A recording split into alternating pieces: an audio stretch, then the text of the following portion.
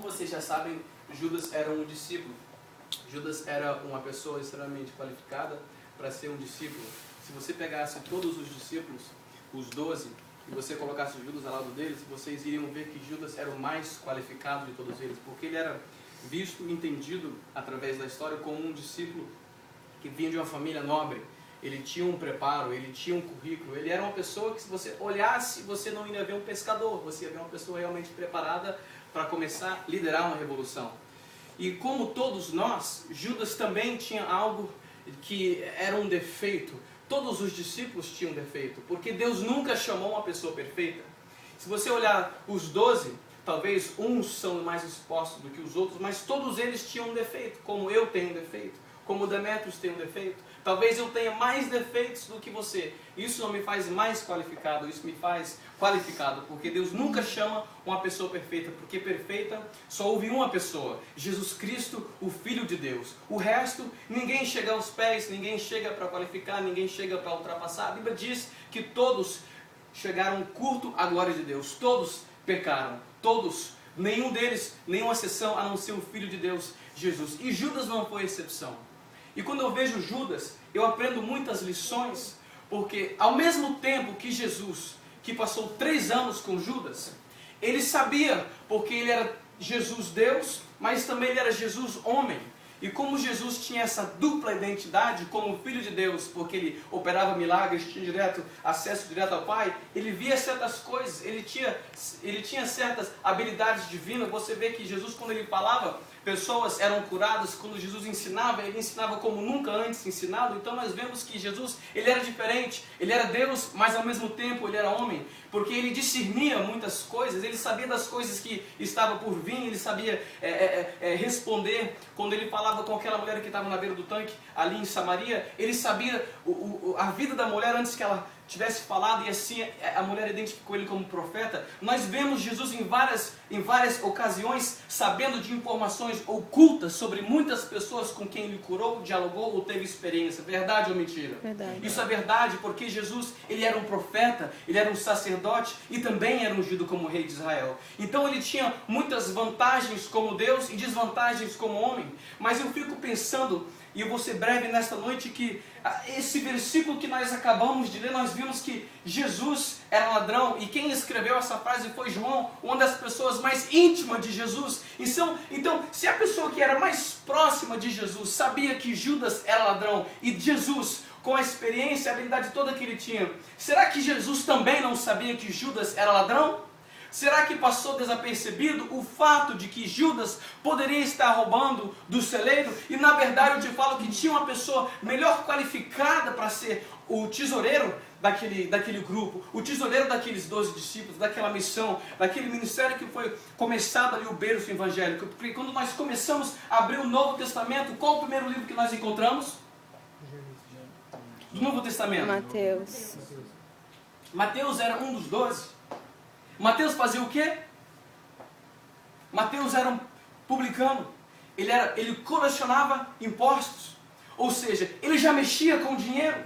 Ou seja, ele já tinha manha. Ele foi para a escola, ele foi preparado pelo governo, tanto judaico como romano, para estar tirando valores do povo de Deus e dando a César.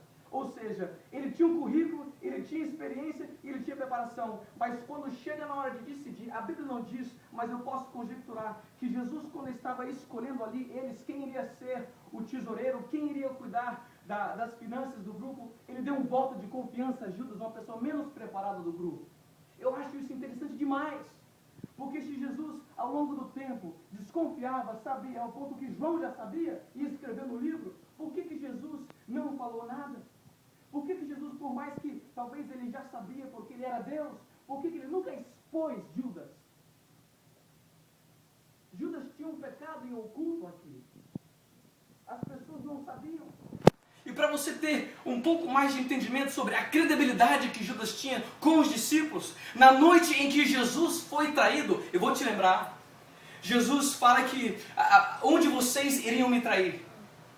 E quando ele disse para Judas, o que você vai fazer, faça depressa, quando ele se levantou e retirou, os outros discípulos não tinham entendido por que ele tinha saído. Pensa bem, Jesus já tinha acabado de falar para Judas, o que você tem que fazer, faça depressa. Ele se levantou e retirou. Batata, ele é o traidor. Os discípulos ficaram confundidos, pensaram que ele foi fazer algum afazeiro levado com a tesouraria. Ou seja, ele tinha tanta credibilidade, ele sabia esconder tão bem o fato de que ele era ladrão, que quando Jesus falou, você é o traidor, quando ele saiu da mesa da ceia, nenhum dos discípulos reconheceram que ele era o traidor. Uau. Já pensaram nisso? Todos nós temos uma falha escondida com Deus.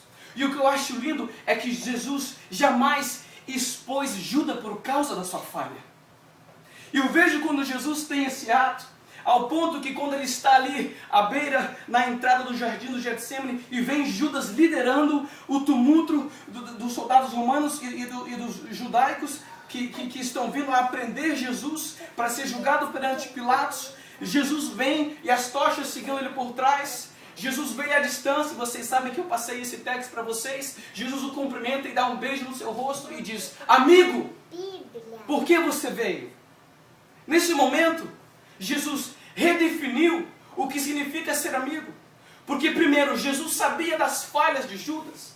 Jesus sabia o que Judas estava fazendo naquele momento, entregando ele, levando ele a ser traído. Mesmo assim, Jesus chama de Judas amigo. Porque amigo não é como você é tratado. Amigo, amizade, é como você trata alguém.